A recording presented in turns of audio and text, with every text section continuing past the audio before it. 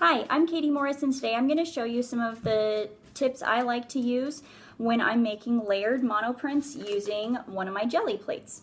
So first of all, I like to put texture in my first layer of paint. And one of my favorite tools to use is bubble wrap. I usually just save it when I get stuff in the mail, and then I can reuse it for artwork.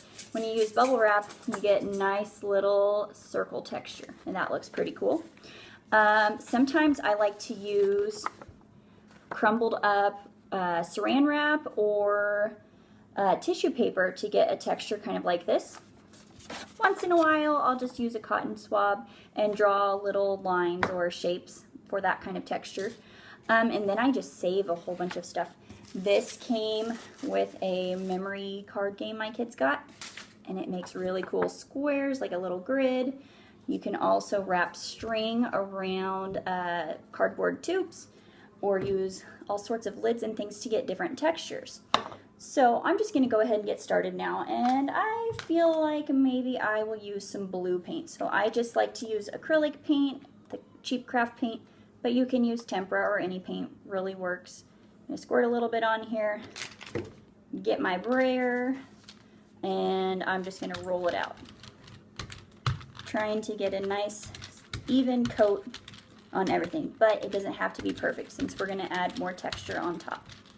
And I think I will use bubble wrap this time. So I'm just going to lay it out here, press it, and then peel it off. Set that to the side. So now I have my texture and I'm ready to pull my first print. So I just trimmed some paper down. Usually I like to make it the same size as the plate. This is a 6x6 inch plate, but I have 6x9 inch paper and that'll work for now. So I'm going to rub it all over and then peel it up, and there's my first print. But sometimes, I don't know if it's going to work, sometimes I can get a ghost print. So let's see if anything extra shows up here. The ghost print is just whatever is left over and it shows up on your paper. Let's see, so I'm pressing kind of hard to try to get any extra paint peeled up. Nope, not a lot of leftover paint on that one. That's okay. So this is going to be my first layer. Now I'm going to apply a different color of paint. If I do the same one, it won't be that interesting. So maybe I'll do some pink this time. Squirt some pink paint out. I kind of just rub my brayer on paper to get the extra color off if I don't want it to blend. Okay, rolling this all over.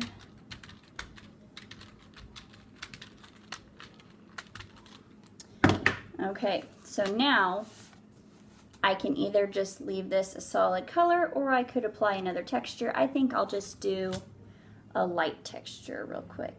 Oh, I made this cool stamp out of toilet paper tube. It looks kind of like a heart. So I'm going to stamp it all over just to make it more interesting, turning it different directions. Okay, so now I have my heart stamped, and now comes the mask. Could also be called a stencil, but I have a shape that I cut out of paper, and I just used a heart because I'm getting ready to help my little boy make Valentines for school.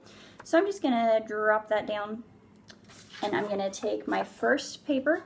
I'm going to line it up right on top of the plate, and you have to rub all over. You can try to feel where you put your mask down, and you want to get the edges of that really good. Otherwise it will just be a blob and you won't see the cool shape that you made.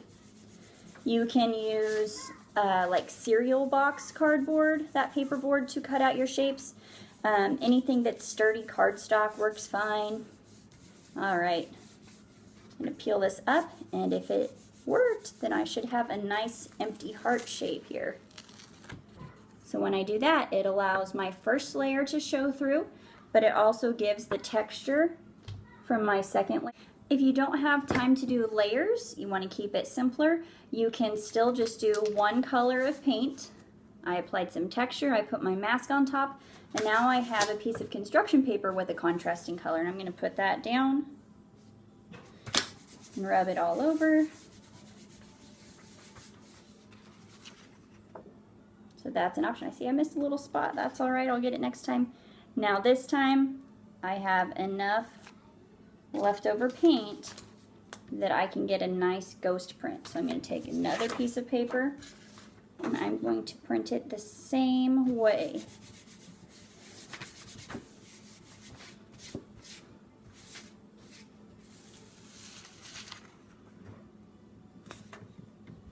It's a little bit hard to see, but if you look really close, you can see the ghost of the first layer of the heart on there.